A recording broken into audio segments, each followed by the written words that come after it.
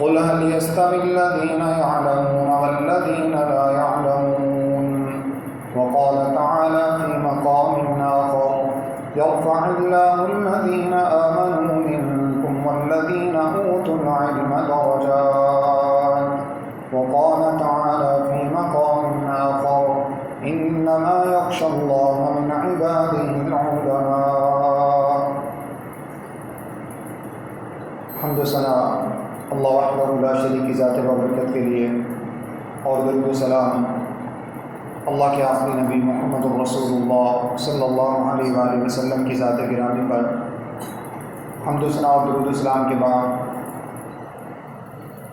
قرآن مجید فرقان حمید میں سے بعض مقامات کی کچھ آیات کریمہ میں نے آپ کے سامنے تلاوت کی۔ اللہ جل شانہ سے دعا ہے کہ اللہ رب العزت مجھے خالص کتاب و سنت کے مطابق بیان کرنے کی توفیق عطا فرمائے، اور ہم سب کو اپنی زندگی کے ہر پہلو میں اللہ اور اس کے رسول صلی اللہ علیہ وسلم کی فرمانبرداری کے مطابق زندگی گزارنے کی توفیق عطا فرمائے۔ تلاوت کردہ آیات کا تعلق علم حاصل کرنے سے ہے۔ علم کو بنیادی طور پر دو اقسام میں تقسیم کیا جاتا ہے، جن میں سے پہلی قسم جو ہے وہ علوم عالیہ، جبکہ دوسری قسم علوم عالیہ ہے، پہلی عین کے ساتھ اور دوسری حمزہ کے ساتھ۔ علوم عالیہ وہ علوم کہلاتے ہیں جو انسان کے تعلق کو اللہ رب العزت کے ساتھ مضبوط کریں، جو انسان کو انسان بننا سکھائیں، جو زندگی میں انسان کی رہنمائی اس انداز سے کریں کہ انسان اپنے آپ کی پہچان حاصل کر سکے، اللہ کی پہچان حاصل کر سکے، زندگی میں آنے کے مقصد کو پہچان سکے، اور یقیناً اس کے مطابق زندگی گزارے اور قیامت والے دن کامیابی حاصل کر سکے۔ یہ علوم عالیہ کہلاتے ہیں۔ اور یقینی سی بات ہے کہ ایسے علوم جو انسان کو اپنی پہچان سکھائیں، اللہ کی پہچان سکھائیں، اللہ کے ساتھ انسان کے تعلق کو مضبوط کریں، دنیا میں زندگی گزارنے کا طریقہ سکھائیں، اور قیامت والے دن کامیابی کے ضامن ہوں، ایسے علوم وہی علوم ہو سکتے ہیں جن کو اللہ اور اس کے رسول صلی اللہ علیہ وسلم نے حاصل کرنے کی ترغیب دی ہو، جن کو علوم شرعیہ کہا جاتا ہے، شریعت کے علوم کہا جاتا ہے، اور مزید آسان الفاظ میں قرآن و حدیث کا علم کہلاتے ہیں۔ دوسری قسم کے علوم وہ ہیں جن کو علوم عالیہ کہا جاتا ہے، جس کو ہم عام طور پر آرٹس کے علوم سمجھتے ہیں۔ دنیاوی اعتبار سے اس وقت چند پہلوؤں کا تذکرہ آپ کے سامنے کروں گا۔ دنیاوی اعتبار سے اس وقت ہم لوگوں کے اندر جو افراد و تفرید کا پہلو ہے علم کے حوالے سے، آپ لوگوں میں سے جو لوگ کالجز یونیورسٹی سے پڑھے ہیں ان کو اس بات کا اندازہ ہوگا کہ ہمارے کالجز اور یونیورسٹیز میں عام طور پر علم کو دو حصوں میں تقسیم کیا جاتا ہے، ایک سائنسی علوم کہلاتے ہیں اور دوسرے آرٹس کے علوم کہلاتے ہیں۔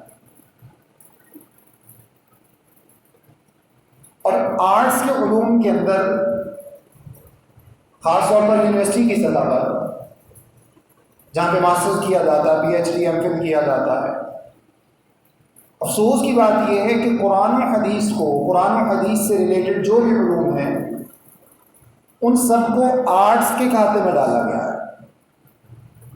آرٹس کا معنی آسان لفظوں میں یوں سمجھیں، آپ لوگ مجھ سے زیادہ بہتر ان چیزوں کو جانتے ہیں، جو انسان کو کوئی ہنر سکھاتے ہیں، ایسے علوم۔ جبکہ ایمان کی بات ہے، اس حقیقت سے کسی کو کوئی مفر نہیں کہ وہ سائنس جو قرآن و حدیث نے انسان کو سکھائی ہے،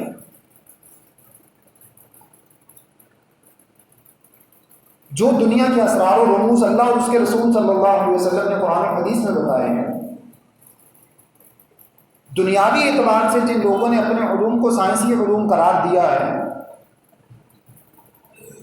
یہ تو اس کے سامنے اس کا عشیر بھی نہیں ہے۔ مطلب آج کے دور میں اتنی زیادہ ترقی کرنے کے بعد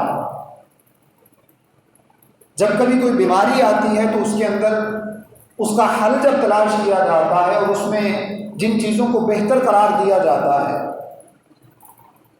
سائنس جب پروف کرتی ہے تو اس کے بعد ہمیں اندازہ ہوتا ہے کہ قرآن اور حدیث نے تو یہ باتیں آج سے 1450 سال پہلے بیان کر دی۔ یہی موجودہ بیماری کی صورتحال آپ دیکھ لیجئے، بار بار ہاتھوں کو دھونا، اپنے سائنس کو صاف رکھنا، احتیاطی تدابیر کو اختیار کرنا، صفائی ستھرائی کا اہتمام کرنا، شریعت تو آج سے 1450 سال پہلے ہی اس کو طہور و شطر الایمان قرار دے چکی ہے۔ صفائی نصف ایمان ہے، بیماریوں سے بچاؤ کا ذریعہ ہے۔ ہماری سائنس آج کہتی ہے کہ کھانا کم کھایا جائے، بھوک رکھ کے کھایا جائے، شریعت اس سے پہلے یہ باتیں بتا چکی ہے۔ خیر بات دوسری طرف نہ نکل جائے، میرا مقصد ان دونوں علوم کا کمپیریزن کرنا نہیں ہے، موازنہ کرنا نہیں ہے، بلکہ اصل میں ان علوم کی طرف رجوع کرنا اس وقت جو ہے وہ ہمارا مقصد ہے، اور بات کرنے کا جو اس وقت موضوع ہے ہمارا، ان علوم کی طرف رجوع کیا جائے جو علوم انسان کو انسان کی پہچان کراتے ہیں، جو انسان کو اللہ کی پہچان کراتے ہیں، جو انسان کو زندگی میں آنے کا مقصد سمجھاتے ہیں، اور وہ علوم قرآن و حدیث کے علاوہ کچھ نہیں ہے۔ وہ دین کے علوم میں، وہ شریعت کے علوم میں، قرآن و حدیث سے متعلقہ جو علوم ہیں وہ سب ہیں، اور اس علم کو حاصل کرنے کی بے شمار وجوہات ہیں۔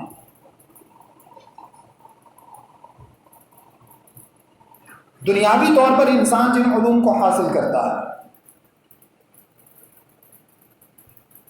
ایک لمبا چوڑا عرصہ اس کے اندر صرف کرتا ہے، اور وہ لمبا چوڑا عرصہ صرف کرنے کے بعد عموماً آپ نے یہ دیکھا ایک شخص جو ہے وہ کسی بھی علم کے اندر وہ میڈیکل کر دیتا ہے، وہ انجینئر بن جاتا ہے، وہ جو ہے ایم بی اے کر کے بڑا اپنے آپ کو بزنس مین سمجھ لیتا ہے، اور اس کے باوجود ہوتا کیا ہے، آج کے دور میں بڑے فخر سے اس طرح کے لوگ اپنی باتیں بتاتے ہیں، جی میں نے اپنی لائن چینج کر لی، کسی نے فروٹ چاٹ کی ریڈی لگا دی، کسی نے فروٹ بیچنا شروع کر دیا، کسی نے ہوٹل کھول لیا، کسی نے ریسٹورینٹ بنا لیا۔ یعنی 16 سال صرف کرنے کے بعد جس چیز کے اندر آپ نے 16 سال لگا دیے، بلکہ 16 سے بھی زیادہ بعض مرتبہ کسی نے اس کے اندر اگر تخصص اور اسپیشلائزیشن کیا تو وہ اس سے بھی آگے چلا جاتا ہے۔ اتنا عرصہ لگانے کے بعد آپ کو سمجھ آیا کہ جو کچھ بھی آپ پڑھ رہے تھے یہ آپ کے مائنڈ سیٹ کے مطابق نہیں تھا، اور یہ 16 یا 18 سالہ علوم انسان کو کیا سکھاتے ہیں، ذرا سوچئے تھوڑی دیر کے لیے۔ سکھاتے کیا ہیں انسان کو؟ کسی مشین کو کھولنا جوڑنا، کسی مشین کو بنا لینا، ایک فیکٹری کو چلا لینا، فیکٹری کے مینجمنٹ سکھا دی، ہوٹل مینجمنٹ سکھا دی، ایم بی اے کر لیا تو آپ کو بزنس کے کچھ اصول آ گئے۔ انصاف کی بات یہ ہے کہ 16-18 سال پڑھنے کے بعد، میں پہلے کئی مرتبہ آپ کے سامنے عرض کر چکا ہوں، دوبارہ پھر گزارش یہ کر دوں کہ اس سے کوئی یہ نہ سمجھے کہ میں ان علوم کا مخالف ہوں۔ یہ علوم انسان کی زندگی کی ضرورت ہے، علوم عالیہ ہے، انسان اپنے معاش کا بندوبست ان کے ذریعے کرتا ہے۔ اب یہ سب کچھ کرنے کے بعد انسان کو ابھی تک اپنے پاکیزہ رہنے کا طریقہ نہیں آیا۔ 18 سال کے اندر جتنے بھی علوم ہیں، ایک ضروری سی کمپلسری سبجیکٹ کے طور پر میٹرک سے عام طور پہ شروع کیا جاتا ہے، میٹرک، انٹر، بی اے اور ایم اے میں بھی نہیں بلکہ بی اے تک کمپلسری سبجیکٹ کے طور پر اسلامیات پڑھائی جاتی ہے، اور اسلامیات کے اندر کیا ہوتا ہے؟ معذرت کے ساتھ ہمارا ایک بچہ جو MBA سے فارغ ہوتا ہے، جو CA سے فارغ ہوتا ہے، جو کسی بھی اس طرح کی ڈگری، ایک پروفیشنل ڈگری لے کے فارغ ہوتا ہے، اس سے آپ پوچھ لیں اللہ کے بارے میں تو اللہ کی پہچان نہیں بتا سکتا۔ تو وہ اسلامیات جو ہم اس کو بطور مسلمان کے پڑھا رہے ہیں، لازمی مضمون کے طور پر پڑھا رہے ہیں، اس کے لیے صورتحال یہ ہوتی ہے کہ جب اس مضمون میں بچے کو پاس ہونا ہوتا ہے تو بیچارہ چارے مار رہا ہوتا ہے کہ کوئی مجھے تھوڑا بہت بتا دے تاکہ میں پاسی مارکس دے سکوں ایک مسلمان۔ اور اس کا نقصان کیا نکل رہا ہے؟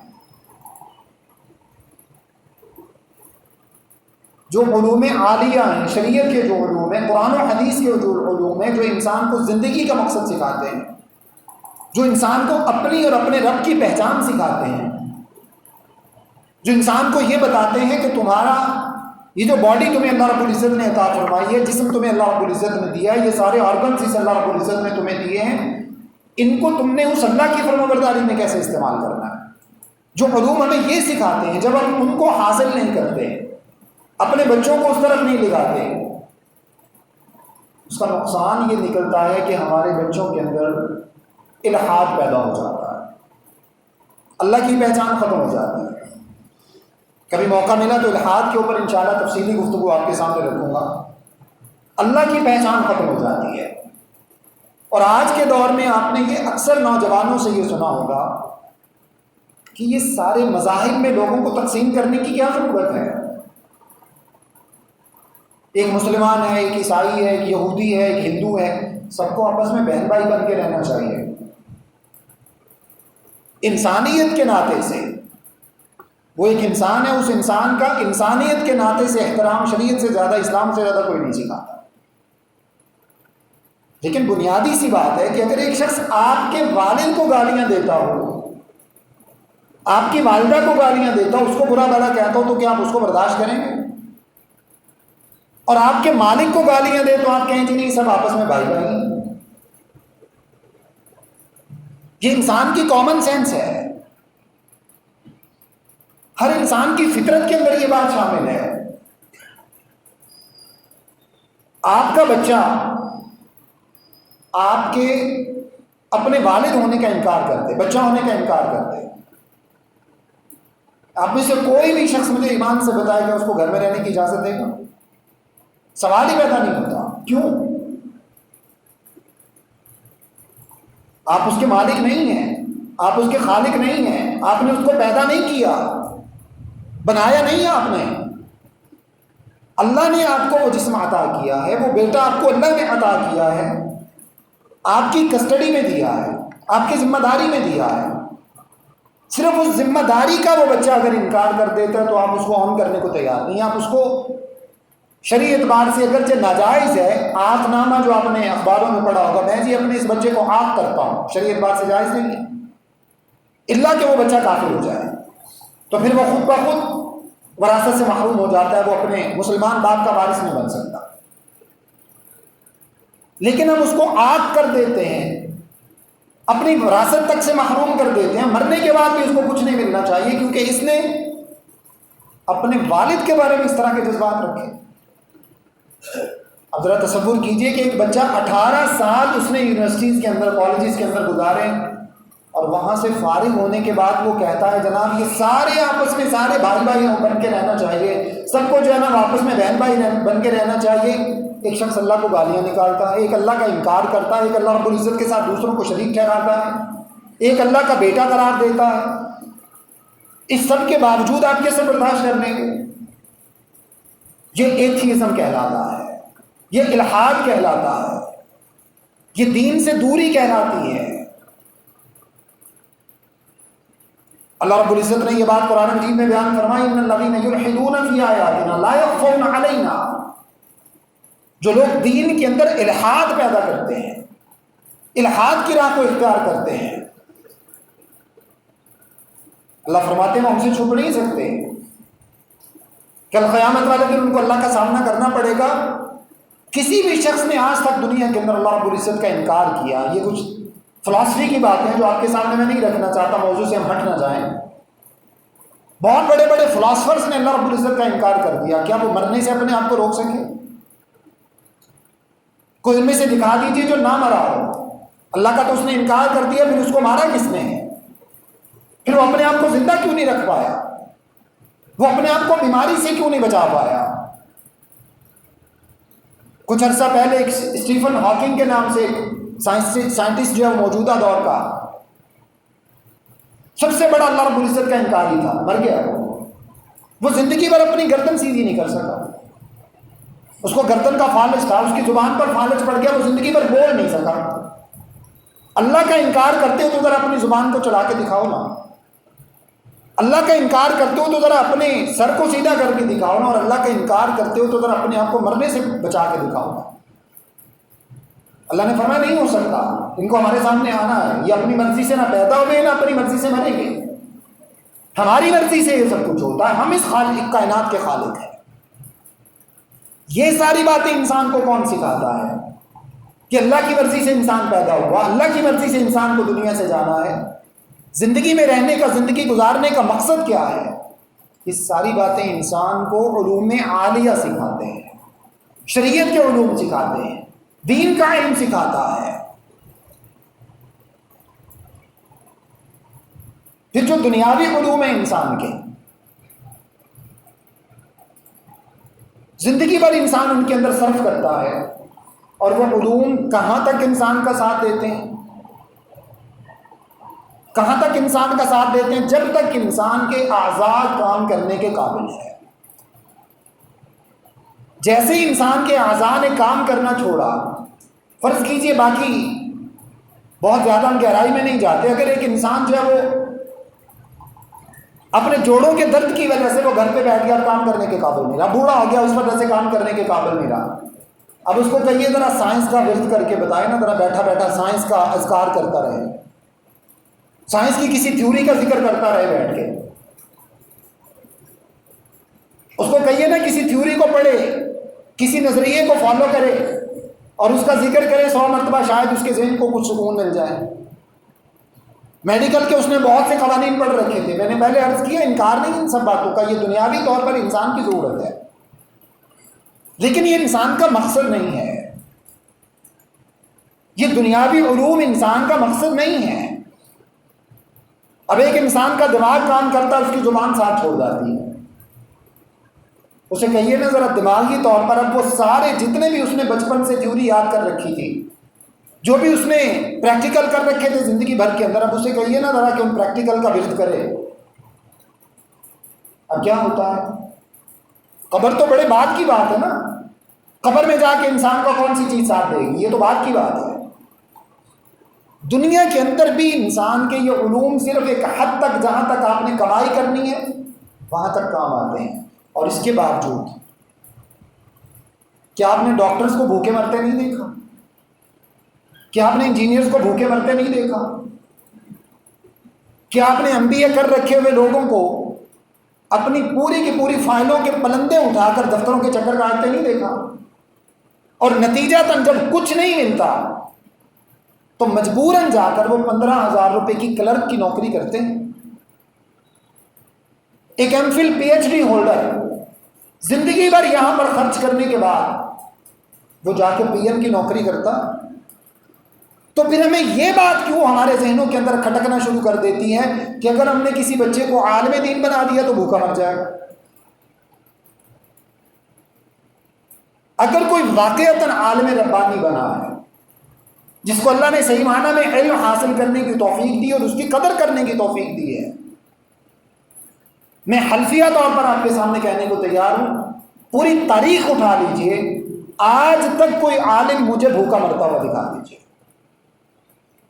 اگر کوئی میرے جیسا ویسے ہی کم ظرف ہے، اس کو اپنے علم کا احساس ہی نہیں، اس نے علم کے اندر کیا حاصل کیا ہے، قرآن و حدیث کے علوم کا اس کو ادراک ہی نہیں ہے، اور اس کی وجہ سے وہ اپنے کرتوتوں کی وجہ سے، اپنے اعمال کی وجہ سے، اپنے سیاہ اعمال کی وجہ سے وہ دنیا کے اندر اپنے آپ کو بھی بدنام کراتا ہے، اور اس کی وجہ سے شریعت پر بھی حرف آتا ہے، تو اس کا یہ مطلب تو نہیں ہے کہ شریعت کا علم حاصل کرنے کی وجہ سے یہ بھوکا مر رہا ہے۔ شریعت کا علم حاصل کرنے کی وجہ سے بھوکا نہیں مر رہا، شریعت نے اس کو یہ سب باتیں نہیں سکھائیں. آج تک ہم نے یہ تو نہیں کہا کہ اگر کوئی انجینئر غلط کاری کرتا ہے، بدکاری کرتا ہے، تو ہم یہ تو نہیں کہتے سارے انجینئر ایسے ہوتے ہیں. ہم یہ تو نہیں کہتے. پر بات زیادہ پھر آگے نہ نکل جائے.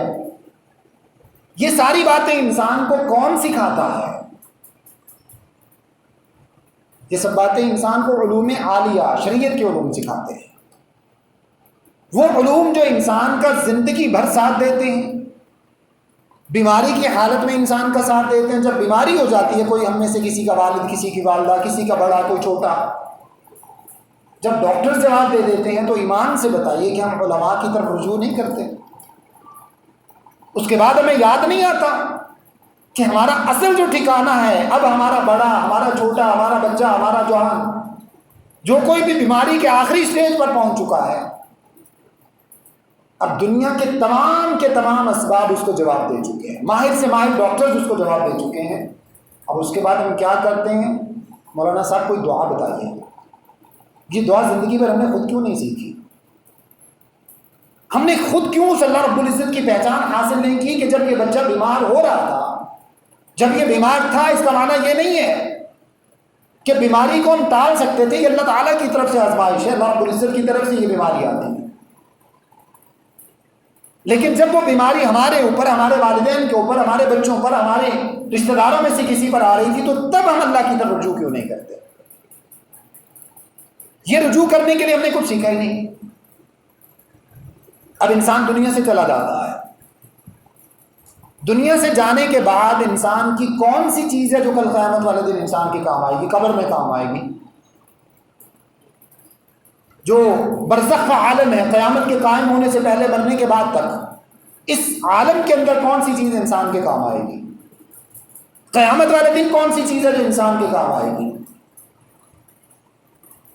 کسی نے بھی اگر کسی بھی علم کے اندر کوئی ڈگری حاصل کر رکھی ہے، کوئی سرٹیفکیٹ حاصل کر رکھا ہے، وہ سب کا سب فائلوں میں دھرا الماریوں میں پڑا رہ جاتا ہے. ساتھ کیا جاتا ہے انسان کے؟ جب فرشتے آ کر انسان سے پوچھتے ہیں تو انسان سے کیا دریافت کرتے ہیں؟ من ربو کا، تیرا رب کون ہے؟ ہمارے بچے نے 18 سال 20 سال یہاں سے اس نے یونیورسٹی کی تعلیم مکمل کی، اس کے بعد ہم نے اس کو اعلیٰ تعلیم حاصل کرنے کے لیے دوسرے ملک بھیج دیا، وہاں سے بھی اس نے جا کر 4-6 سال اعلیٰ تعلیم مکمل کی. اس پوری اعلیٰ تعلیم کے اندر اللہ کا کہیں تصور موجود نہیں ہے. یہ سازش ہمارے خلاف باقاعدہ کی گئی، ہم اس کا حصہ بنے، اور اس وقت کوئی سازش کام نہیں کر رہی. اس وقت ہم سب سے زیادہ خود کام کر رہے ہیں. اس وقت سب سے بڑے قصوروار ہم ہیں. اس وقت کوئی سازش نہیں ہے. آپ کو کسی نے منع نہیں کیا کہ آپ اپنے بچے کو مدرسے میں داخل کرائیں، سب سے بڑی رکاوٹ آپ خود ہے. آپ کو کسی نے منع نہیں کیا کہ آپ اپنے 4 بچوں کو اسکول بھیج دیں، ایک بچے کے لیے مدرسے کا انتخاب کریں، سب سے بڑی رکاوٹ آپ ہیں. یعنی کس چیز کے اندر رکاوٹ ہے؟ اپنے بچے کو اللہ کی پہچان نہیں ہونے دینا چاہتے. ایمان سے بتائیے، کسی نے روکا آپ کو؟ کوئی زبردستی کر سکتا ہے آپ کے اوپر کہ آپ اپنی اولاد کو، کون ہوتے ہو مدرسے میں داخل کرانے والے، اگر اللہ کی پہچان کرائی تو میں آپ کے بچے کو مار دوں گا؟ ہے کوئی روکنے والا؟ آپ خود رکاوٹ ہیں. آپ اپنے بچے کو اللہ کی پہچان نہیں ہونے دینا چاہتے. آپ اپنے بچے کے پاس دین کا علم نہیں آنے دینا چاہتے. اور معذرت کے ساتھ، جب کل قیامت والے دن، جب کل قبر میں فرشتہ پوچھے گا نا، من ربو کا، تیرا رب کون ہے؟ جس بچے نے زندگی بھر یہ سمجھا کہ انجینئرنگ کر لینے سے رزق آتا ہے، میڈیکل کر لینے سے رزق آتا ہے، MBA کرنے سے رزق آتا ہے، CA کرنے سے رزق آتا ہے، چارٹرڈ اکاؤنٹنٹ بننے سے رزق آتا ہے، وہ بچہ تو اللہ کو نہیں جانتا. اس کو تو آپ نے اللہ کی پہچان کروائی نہیں.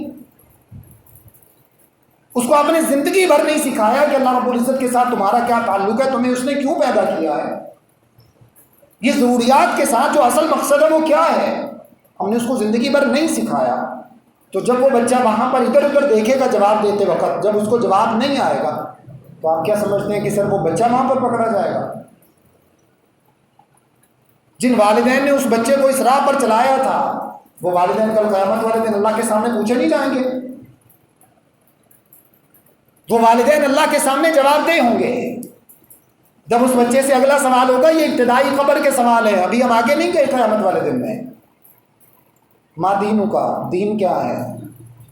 فرشتہ تو ابھی بعد میں پوچھے گا نا، جس وقت ہم میں سے جس کا وقت آئے گا. ذرا آپ جب اپنے گھروں پہ جائیں نا تو ایمان سے اپنے بچوں سے جا کے پوچھیے گا آپ کا دین کیا ہے. ہمارا بچہ جب اسکول میں امتحان دینے کے لیے جا رہا ہوتا ہے تو ہم اس کو اچھی طرح سے پریپیئر کرتے ہیں، تیاری کرواتے ہیں بہترین طریقے سے، اس کو ٹیوٹر کے پاس بھیجتے ہیں، اس کو کہتے ہیں ذرا اچھی طرح سے تیاری کروانا. پھر ہم اس سے پوچھتے ہیں کون کون سے کتنے چیپٹر یاد کر لیے، کون سا رہ گیا. موت کا تو کوئی پتہ نہیں کس وقت آ جائے. چھوٹے چھوٹے چند سوالات ہیں، ذرا گھر پہ جا کے پوچھیے گا اللہ کون ہے، اللہ کے ساتھ ہمارا تعلق کیا ہے، ہمیں پیدا کرنے والا کون ہے، اس نے ہمیں پیدا کیوں کیا، مقصد کیا ہے. اس سے پوچھیے گا. دوسرا سوال جو فرشتہ پوچھے گا ما دین کا، دین کیا ہے، ذرا پوچھیے گا اپنے بچوں سے جا کے. اگر اللہ رب العزت نے ہمیں ذرے کے برابر بھی شعور دیا ہے تو گھر پہ جا کے یہ سوال پوچھنے سے ہمیں اپنا قیامت کا منظرنامہ سارا نظر آ جائے گا، کل ہمارے ساتھ کیا بیتنے والی ہے. اور اگر آپ کا بچہ اس بات کا جواب دے دیتا ہے، ما دینوں کا، دین کیا ہے، جو مقصد زندگی ہے وہ بتا دیتا ہے، تو پھر اللہ کا شکر ادا کیجیے. پھر سمجھ جائیے کہ آپ نے اپنے بچے کو اللہ رب العزت کا صحیح معنی میں بندہ بنا دیا ہے. زندگی اور آخرت کا مقصد آپ نے اس کو سکھا دیا ہے. اور جب اس سے پوچھا جائے من نبیوں کا، تیرا نبی کون ہے، ابھی پچھلے دنوں ایک تحریر میری نظر سے گزری جس میں پاکستان کا واقعہ، کسی دوسرے ملک کا واقعہ نہیں، اور حقیقی واقعہ ہے، کوئی خیالی پلاؤ نہیں ہے. ایک صاحب نے اپنے دوسرے دوست کو فون کیا کہ میرا بیٹا جو ہے وہ شاید ایف اے کا ہے، انٹر کا امتحان دے رہا ہے، تو اسلامیات کا پیپر ہے، ذرا اس کو دیکھ لینا. اب وہ کہنے لگا کہ میں نہ چاہتے ہوئے بھی، ظاہر ہے یہ میری ڈیوٹی کے خلاف تھی یہ چیز، میں نے نہ چاہتے ہوئے بھی جا کے جب دیکھا تو ایک سوال تھا جو بچے سے پوچھا گیا کہ اللہ رب العزت کے جلیل القدر پیغمبر جو ہیں ان میں سے 3-4 کے نام لکھے ہیں. بڑا مشکل سوال ہے، ذرا سب لوگ اپنے اپنے ذہنوں پہ زور ڈالیں. اللہ تعالیٰ کے جلیل القدر پیغمبر، یعنی اللہ تعالیٰ کے ایسے پیغمبر جن کو اللہ رب العزت نے ایک شان عطا فرمائی، یہ 4 پیغمبروں کے ذرا نام سوچیں. ہر شخص اپنا اپنا امتحان لے لے، اپنے بچوں سے جا کر پوچھیں. اب انٹر کلاس کا بچے کا مطلب ہے کہ کم از کم 18-19 سال. کیا تب چونکہ مناسب نہیں تھا اس وجہ سے میں نے اس بچے کو کہا، مجھے معلوم تھا کہ اس بچے کے جو چچا کے نام ہیں نا، ماموں کے نام جو ہیں وہ سارے موسیٰ ہے، عیسیٰ ہے، ابراہیم ہے، یہی نام ہے ان کے. تو میں نے اس کو کہا کہ اپنے ماموں کے نام لکھ دو. آپ یقین فرمائیں کہ وہ شخص کہتا ہے جب میں دوبارہ وہاں سے گزرا تو میں نے جا کے دیکھا اس نے لکھا ہوا تھا، ایک کا نام جو ہے وہ ٹومی ماموں، جو گھر پہ مشہور تھے. اس بچے کو نہیں پتا کہ موسیٰ عیسیٰ کیا ہوتے ہیں، اس کو نہیں پتا ہمارے پیغمبر کا نام کیا، ہمارے پیغمبر سے ہمارا واسطہ اور تعلق کیا ہے. ایمان سے بتائیے کہ اس تعلیم سے ان بچوں کو محروم کرنے والا کون ہے؟ جو دنیا کے اندر انسان کو انسان بننا نہ سکھا سکے، جو قیامت والے دن انسان کو اللہ رب العزت کے سامنے سرخرو اور کامیاب نہ کرا سکے. اور جس قدر اس وقت فتنوں کا دور ہے، ٹائم ختم ہوا چاہتا ہے، اپنی بات ختم کرتا ہوں، جس قدر اس وقت فتنوں کا دور ہے، اس فتنوں کے دور میں خدا را اس بات کی اشد ضرورت ہے. اگر آپ کے 2 بچے ہیں تو میں آپ سے گزارش کر کے کہوں گا کہ ایک بچے کو دین کے لیے وقف کر دیجیے. اللہ تعالیٰ سے اس امید کے ساتھ کہ انشاءاللہ آپ کی دنیا بھی سنور جائے گی، آخرت بھی سنور جائے گی. اور وہ بچہ جو دین سیکھ کر آئے، جو باتیں آپ کو آ کر بتائیں اللہ اور اس کے رسول کی قرآن و حدیث کے مطابق، اس کو پلے باندھ لیجیے. پھر اس کو حقیر نہ سمجھے کہ یہ مدرسے سے آتا ہے، اس کو دنیا کا کیا پتا. دنیا کا تو انجینئر کو پتا ہے، دنیا کا تو ڈاکٹر کو پتا ہے، دنیا کا تو جناب چارٹرڈ اکاؤنٹنٹ کو پتا ہے. اس کے ساتھ اس کو یہ دنیاوی تعلیم ضرور دلوائیے، لیکن خدا را دینی تعلیم سے اپنے بچوں کو محروم نہ کیجیے. وہ بچہ جب گھر پر آئے، کبھی ہفتے کے بعد چھٹی، کبھی 2 ہفتے کے بعد، کبھی روزانہ اگر آتا ہے، تو اس کو کہیے کہ بیٹا جو کچھ سیکھا ہے اپنے بہن بھائیوں کو بھی سکھا دو، اپنے ماں باپ کو بھی سکھا دو. یہ کر کے دیکھیے، اللہ کی قسم برکتوں کا نزول آپ کی زندگی میں، آپ کے گھر پہ آنا شروع ہو جائے گا. اور کل قیامت والے دن جو کامیابی ملے گی انشاءاللہ وہ تو مقدر ہے۔ تو اس لیے جو اصل علوم ہیں، اس وقت مدارس میں داخلوں کا زمانہ ہے، مدارس میں داخلے ہو رہے ہیں، ان فتنوں کے دور میں بطور خاص ہم دیکھ چکے ہیں ہماری زندگی کی انتہا کیا ہے۔ روزانہ کے حساب سے میتیں ہمارے سامنے ہیں، یہ سب سلسلہ ہمارے سامنے چل رہا ہے، اور ہر شخص اپنے اپنے انجام کو پہنچ رہا ہے، اور وہاں پر انسان کے کیا کام آنے والا ہے۔ کوئی بھی شخص اگر کسی بھی پروفیشن سے متعلق ہے وہ جاتا ہے تو اس کو دنیا کا سلسلہ اس کا وہیں پر کٹ جاتا ہے۔ جو بھی اس کا دفتر تھا، کسی کا ہاسپٹل تھا، کسی کی کوئی جو ہے وہ ورک شاپ تھی، کسی کا جو کچھ بھی تھا وہ سب، اس کا آفس سب یہیں پر نہیں رہ جاتا ہے۔ اور جس نے دین کا علم سیکھا اور آگے سکھا رہا تھا وہ چراغ سے چراغ جلتا چلا جائے گا۔ صحیح حدیث میں اللہ کے نبی صلی اللہ علیہ وسلم نے ارشاد فرمایا انسان دنیا سے مر جاتا ہے، ہر چیز سے تعلق ختم ہو جاتا ہے انسان کا، الا من ثلاث، مگر تین چیزیں ایسی ہیں جو مرنے کے بعد بھی ثواب جاری رہتا ہے۔ ان میں سے ایک او علم ينتفع به، دین کا علم اسے حاصل کیا اور اس کو لوگوں کو سکھا دیا۔ اب اس سے چراغ جل رہا ہے، آگے کوئی اور سیکھ رہا ہے، اس سے کوئی اور سیکھ رہا ہے، اس سے کوئی اور سیکھ رہا ہے۔ جب تک وہ علم سیکھتے چلے جاتے ہیں لوگ، اس سے اللہ کی پہچان حاصل کرتے چلے جاتے ہیں، اس وقت تک ان لوگوں کو اس کا ثواب ملتا رہتا ہے۔ جیسا کہ سادہ سی مثال ہے، امام بخاری رحمۃ اللہ علیہ نے آج سے